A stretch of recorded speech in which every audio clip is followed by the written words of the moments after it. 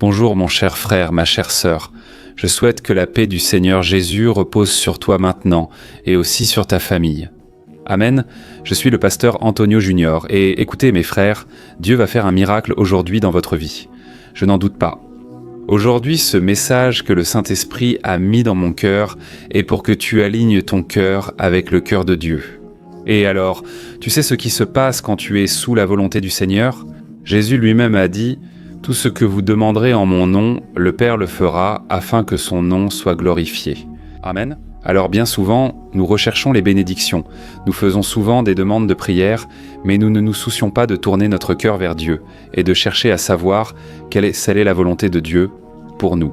Et surtout, plus encore que de connaître sa volonté, c'est de renoncer à notre propre volonté pour obéir à sa parole. Amen, c'est de cela que je veux te parler. Et je vais te donner ici un exemple qui va te montrer clairement pourquoi tu ne dois pas tarder à obéir au Seigneur. Ici à la maison, frère, par exemple, nous avons une règle avec les enfants. L'obéissance doit être immédiate. Quand j'appelle Lorena ou Daniel, mes enfants, je veux qu'ils obéissent immédiatement. Tu comprends ? Bien sûr, ils ne le font pas toujours, mais c'est une façon pour nous de dire ceci. L'obéissance attire les bénédictions. C'est la phrase qu'on répète le plus chez nous. Thaïs et moi, tu vois ? Parce que bien souvent, mes frères, on veut seulement ce que Dieu peut nous donner, mais on ne veut pas se soumettre à sa volonté. Et la Bible dit dans le psaume 37, « Fais de l'Éternel tes délices, et il te donnera ce que ton cœur désire. » Autrement dit, Dieu désire aussi accomplir nos désirs, nos rêves, réaliser ce qui est dans notre cœur. Mais en premier lieu, notre délice, c'est-à-dire notre plaisir, notre joie, doit être en Dieu, dans sa parole. Amen. C'est pourquoi je t'invite à être ici avec moi chaque jour à 5h du matin. Je commence la prière du matin. À 6h du soir, je fais la prière du soir. Et l'après-midi à 2h30. J'ai mis des messages du quotidien, des derniers événements, tout basé sur la parole de Dieu. Tu verras que la Bible n'est pas ennuyeuse, même sans illustration. C'est intéressant qu'elle ne contienne que du texte. Et même ainsi, c'est le livre le plus merveilleux de tous, parce que c'est Dieu lui-même qui nous parle. C'est le seul livre que tu lis en présence de l'auteur. Amen. Le Saint-Esprit est là avec toi tout le temps, parlant à travers la parole. Je suis très heureux, frère, en lisant des commentaires comme celui d'une sœur que je viens de voir. Ah, mais pasteur, je ne peux que reconnaître que c'est la main de Dieu, parce qu'à chaque fois que j'écoute ici la prière, on dirait que c'est Dieu lui-même qui me parle. C'est enquantant selenar, wishi je matichijo. C'est comme si vous me connaissiez. Alors, frère, je ne vous connais pas, c'est la vérité. Personnellement, je ne vous connais pas, je ne connais pas votre intimité. Mais le Saint-Esprit, celui qui connaît votre cœur, il vivifie la parole. Amen. Et cette parole porte des fruits quand elle vient directement du cœur de Dieu pour nous. Frère, alors, nous allons déjà commencer le message aujourd'hui. Je vais juste vous demander de vous abonner rapidement. Cliquez ici sur le bouton « S'abonner ». À côté, une cloche apparaîtra. Vérifiez sur votre téléphone, activez-la et choisissez toutes. Étrange, sans saquer la carte si on sait tout temps. D'accord ? Parce que c'est seulement comme ça que vous recevrez la notification de la prochaine vidéo sur votre téléphone. D'accord ? Allons-y. Je souhaite d'abord lire avec vous un passage d'Hébreux, chapitre 3, versets 12 et 13. Faites très attention. Il est écrit « Frères, veillez à ce qu'aucun de vous n'ait un cœur mauvais et incrédule qui vous détourne du Dieu vivant. Exhortez-vous les uns les autres chaque jour, afin qu'aucun de vous ne soit trompé par le péché et que par conséquent, son cœur ne s'endurcisse. » Amen, frères. Ici, l'auteur de la lettre aux Hébreux nous donne 2 avertissements. D'abord, il dit que le péché nous éloigne de Dieu, nous éloigne du Dieu vivant. Quand on garde un cœur mauvais, c'est-à-dire quand on ne veut pas obéir à la parole, quand on fait tout ce qui est contraire à ce que Dieu demande, et quand on ne croit pas non plus. C'est-à-dire que l'incrédule finit par s'éloigner de Dieu. Frères, il y a beaucoup de personnes qui sont à l'église depuis longtemps, et elles se sont tellement habituées à tout ce qu'elles entendent, à tout ce qu'elles voient, que, aussi incroyable que cela puisse paraître, elles ne croient pas que cela puisse leur arriver. Elles en viennent même à penser que c'est dans leur tête. Tu sais, elles veulent toujours trouver une explication naturelle, mais laisse-moi te dire une chose. Si tu regardes bien dans notre vie, c'est comme ça. Il y aura toujours le côté naturel et il y aura toujours le côté surnaturel. C'est à toi de voir comme tu veux. Par exemple, la Bible dit que la mer Rouge s'est ouverte. C'était quelque chose de surnaturel, n'est-ce pas? Mais la Bible dit que, dans ce même passage, un vent d'Orient est venu et a ouvert la mer. Et là, c'est à toi de décider. Était-ce seulement quelque chose de physique, quelque chose qui s'est passé sur le plan terrestre, ou était-ce l'action de Dieu? Frères, moi je crois en l'action de Dieu, parce que le vent a soufflé exactement à ce moment-là. Et comment se fait-il que le vent se soit arrêté justement quand tout le peuple avait déjà traversé?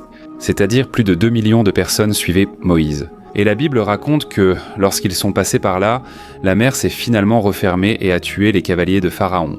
Et là, une autre question se pose aussi. Comment le vent a-t-il fait en sorte que la mer s'ouvre de façon à ce que tout le monde passe à pied sec? C'est ce que dit la Bible, tu comprends?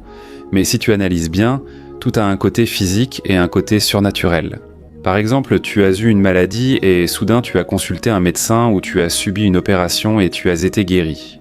Tu peux penser comme ça, ah c'est le médecin qui l'a fait, c'est la main du médecin, la sagesse de l'homme. Mais frère, la Bible dit, fais attention, la Bible dit que l'homme a été créé à l'image et à la ressemblance de Dieu, tu comprends? Nous sommes tous frères issus de Dieu. Et la sagesse que l'homme a pour créer, ou la sagesse que l'homme a pour construire, pour faire des choses grandioses. Nous ne devons pas regarder cela, cet avancement de la médecine, et penser ainsi « Henri Dibeux, waouh, tu vois, l'homme n'a pas besoin de Dieu parce que l'homme est très sage, l'homme est très compétent. Mais frère, celui qui a donné cette capacité à l'homme, c'est Dieu lui-même. Amen. Toute personne, même si elle n'a pas le Saint-Esprit, même si elle n'a pas donné sa vie à Jésus, elle reste à l'image et à la ressemblance du Créateur, tu comprends ? Donc, tout comme Dieu crée les choses différemment d'un animal, par exemple, tout comme Dieu raisonne, il a sa propre volonté, nous aussi nous l'avons. Alors, frère, tout peut être vu du côté naturel ou du côté surnaturel. D'ailleurs, le scientifique Albert Einstein, après avoir tout analysé et avec toute la sagesse qu'il avait, il en est venu à dire « Il n'existe que deux façons de vivre la vie. Vivre comme si rien n'était un miracle, comme s'il n'existait pas de miracle, ou vivre comme si tout était un miracle. » Tu as compris ? J'ai préféré choisir de cette façon. Je crois que tout est un miracle. Frère, beaucoup de gens croient-on que nous venons du Big Bang, par exemple, d'une explosion dont est né tout ce monde. Mais réfléchissez avec moi à une chose. Comment le désordre peut-il créer l'ordre ? N'est-ce pas très complexe, frère ? N'est-il pas plus facile que quelque chose qui existe en ordre devienne soudainement désorganisé ? C'est bien plus facile. Comment le désordre commence-t-il à mettre chaque chose à sa place ? Alors, frère, il est bien plus cohérent de croire qu'il y a la main du Créateur dans toutes choses. Regardez, si nous pouvions simplement analyser le corps humain, nous passerions toute notre vie et nous n'arriverions jamais à comprendre toute la complexité qui existe en tout. Même aujourd'hui, l'être humain étudie encore son propre corps. Alors que dire des autres êtres vivants ? Qui existent même à l'intérieur, sous la mer par exemple ? Si vous allez là-bas maintenant, au fond de la mer, les poissons sont en train de nager. Il y a de la vie là-bas et dans toutes les choses. Alors mes frères, nous devons croire que tout est un miracle. Si tu es ici aujourd'hui à m'écouter, si je suis ici en train de te parler, c'est parce que Dieu m'a soutenu, Dieu a déplacé le ciel et la terre pour que je sois ici avec toi. C'est pourquoi je t'invite à ne pas te plaindre. Ne fais pas ça, ne tombe pas dans les mensonges du diable. Tu comprends ? Ne crois pas ce que ce monde dit, parce que la voix du peuple n'est pas la voix de Dieu. Amen ? La Bible dit, dans le psaume numéro 1, « Heureux l'homme qui ne suit pas le conseil des méchants, qui ne s'assied pas dans l'assemblée des moqueurs, parce que le péché peut nous contaminer et nous pouvons effectivement nous éloigner de Dieu, de notre Seigneur. » Amen. Et la première chose que je vous ai dite, c'est que le péché nous éloigne de Dieu, mais il nous éloigne aussi de notre but. Frère, la Bible parle d'un homme appelé Samson. Il a été appelé, choisi par Dieu depuis sa naissance pour être le libérateur de la nation d'Israël de ses ennemis. Mais frère, il a laissé le péché entrer. Il a mis beaucoup de temps à corriger ses voies, à se repentir, et il a laissé tant de failles, frère, en s'impliquant avec des femmes d'autres peuples, avec des prostituées. Tout ce que Dieu avait dit de ne pas faire. Il le faisait même en ayant l'onction de Dieu sur lui, même en ayant la présence, la force, la puissance de Dieu dans sa vie. Mais la Bible dit qu'un jour, ils ont coupé les cheveux de Samson. Les Philistins sont venus et les ont coupés par l'intermédiaire de Dalila, et la Bible dit que Samson s'est levé en pensant que Dieu était avec lui, mais Dieu n'était déjà plus là. Frère, c'est très, C'est très triste. Et qu'est-ce qui s'est passé ? Il a perdu sa force, il a perdu sa vision et il a perdu sa liberté. Frères, nous devons être reconnaissants pour la liberté que nous avons, pour la force, c'est-à-dire la puissance du Saint-Esprit en nous, et aussi pour avoir la vision ouverte, la vision spirituelle. Aujourd'hui, nous voyons le monde à travers la perspective du Christ. C'est un privilège et une bénédiction, mais le péché, frère, vient nous en priver. Alors que tu puisses te repentir, ne donne pas d'ouverture à Satan, ne donne pas de place au diable. Parce que ce que Dieu a pour ta vie, le but qu'il a pour toi est merveilleux. Mais cela ne se révélera que dans la mesure où tu renonceras à ta propre volonté pour devenir un disciple de Jésus. Amen. La deuxième chose, frère, c'est que le péché endurcit notre cœur. Autrement dit, ici il est dit, écoutez, faites attention et avertissez-vous les uns les autres, afin que vous n'ayez pas un cœur endurci par la tromperie du péché. Frère, la Bible évoque souvent Pharaon, Moïse et leur époque. Pharaon a reçu de nombreux avertissements de Dieu. « Écoute, libère mon peuple », disait-il, et Dieu envoyait des fléaux. Mais il ne voulait pas, et alors son cœur s'est endurci. Vous voyez ? Beaucoup de gens pensent comme ça. « Ah, je vais me convertir, je vais donner ma vie à Jésus quand je serai très vieux. Là, oui, je donnerai ma vie et je serai sauvé. » Frère, plus on reste dans le péché, plus on endurcit notre cœur, plus on ne veut rien savoir de la Bible, plus on ignore la voix du Saint-Esprit, vous savez, et parfois ce n'est même pas ça. Le fait est qu'on devient insensible, on devient anesthésié. C'est comme ça. Tu vois, tu as péché une fois. À ce moment-là, tu pleures, tu te repens, tu dis à Dieu, plus jamais je ne tomberai dans ce péché. Mais là, tout à coup, tu étais en manque, tu étais faible et tu voulais un petit moment de plaisir. Tu y retournes et rechutes. Cette fois, tu pleures et te repens. Mais dès la 3e, 4e, 5e fois, tu ne ressens plus cette culpabilité. Pourquoi ? Parce que le péché est anesthésiant. Il anesthésie ton cœur. Alors fais très attention parce que la Bible raconte que Pharaon a endurci son cœur. À cause de cela, il a perdu son fils aîné, qui a fini par mourir. Il a aussi perdu tous ses cavaliers, ses chevaux parce qu'ils sont morts là-bas dans la mer Rouge. Alors beaucoup de pertes peuvent survenir dans la vie d'une personne et d'une famille entière. Et j'ai déjà vu beaucoup de familles, mes frères, être détruites par le péché. Tout cela parce qu'un jour, l'homme ou la femme ont écouté cette petite voix de l'ennemi qui leur disait de faire cela, que ce n'était rien de grave. Frère, c'est dangereux, nous devons veiller. D'accord ? Je veux prier pour toi dans un instant, mais je veux juste te dire aujourd'hui qu'il y a une bonne nouvelle dans tout cela. Dans chaque tentation, Dieu a déjà libéré quelque chose pour toi. Je vais te lire, écoute. Dans la première lettre aux Corinthiens, chapitre 10, verset 13, regarde ce qui est écrit. Les tentations dans ta vie ne sont pas différentes de celles que les autres affrontent, et Dieu est fidèle. Il ne permettra pas des tentations plus grandes que ce que vous pouvez supporter.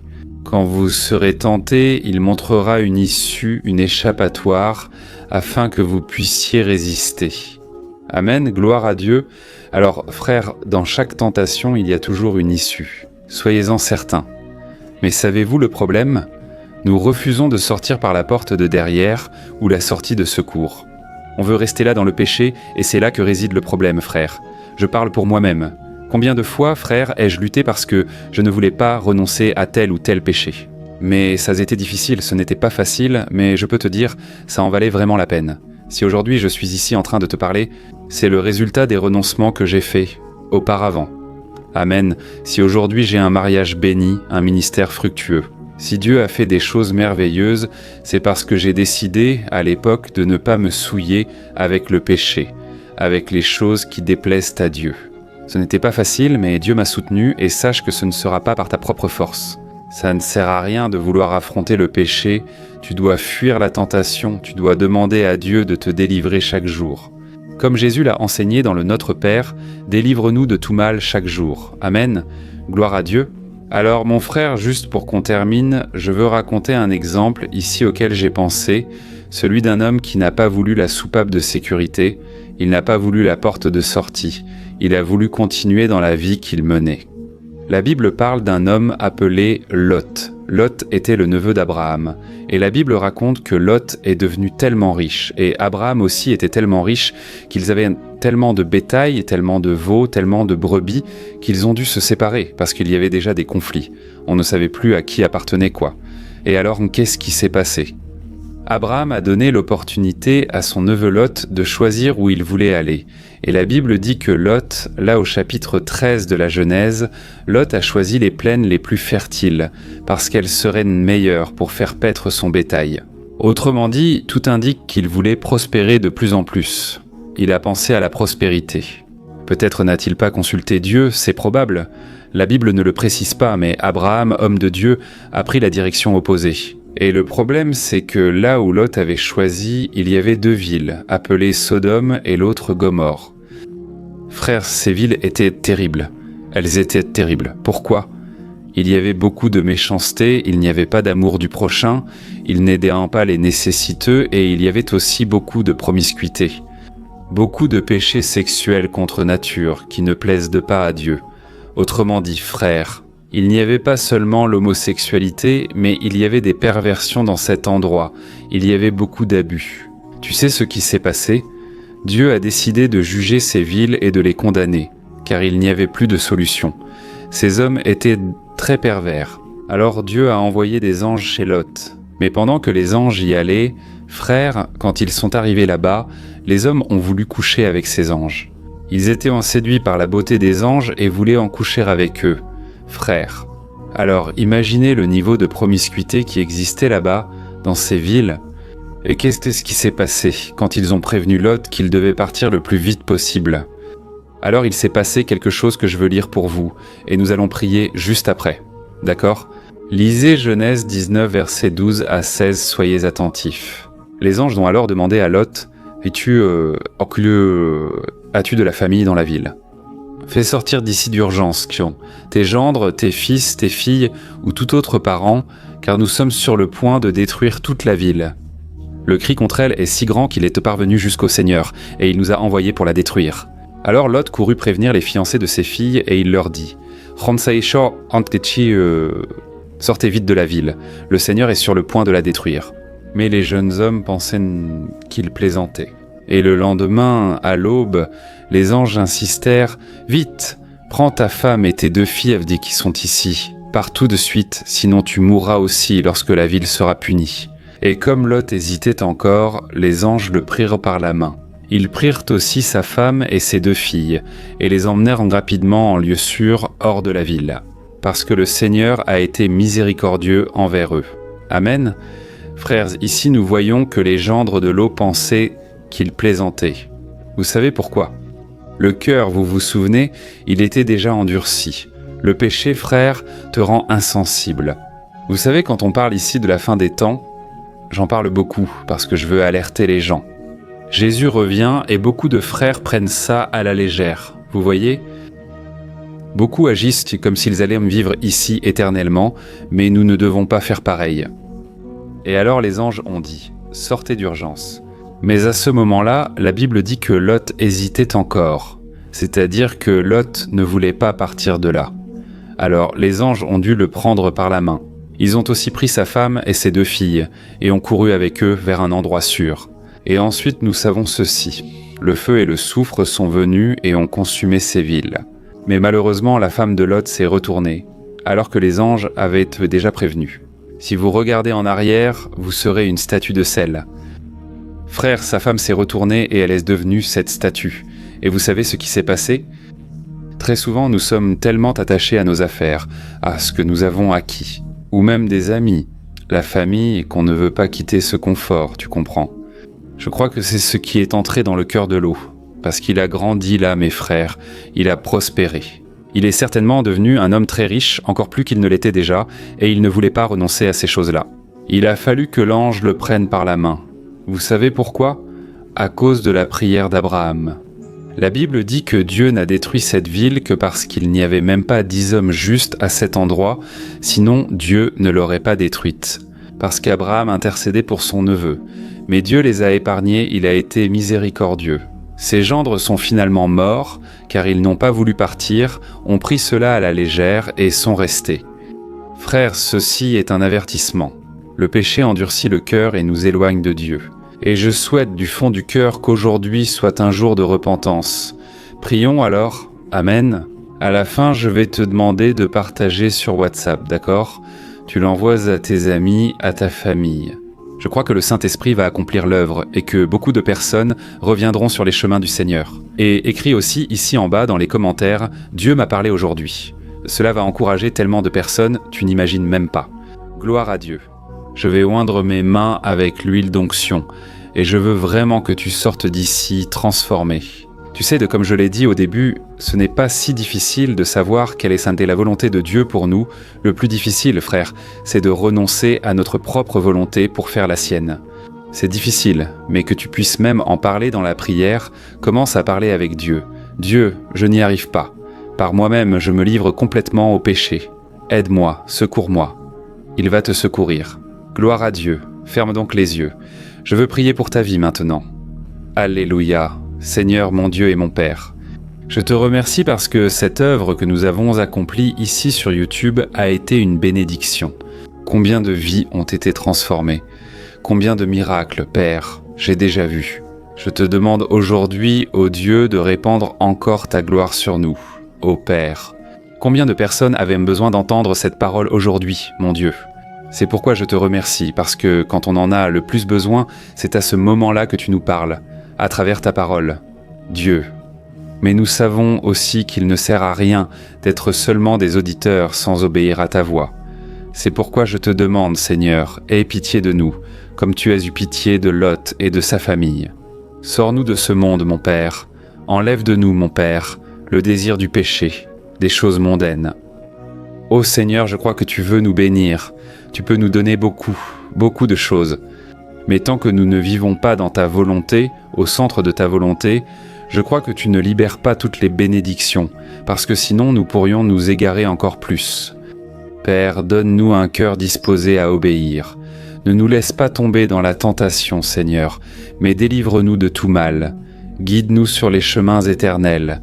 Aide-nous à pardonner à nos frères, même à nos ennemis. Père, nous voulons marcher dans la sainteté. Nous ne voulons en aucun cas laisser le péché dominer notre cœur.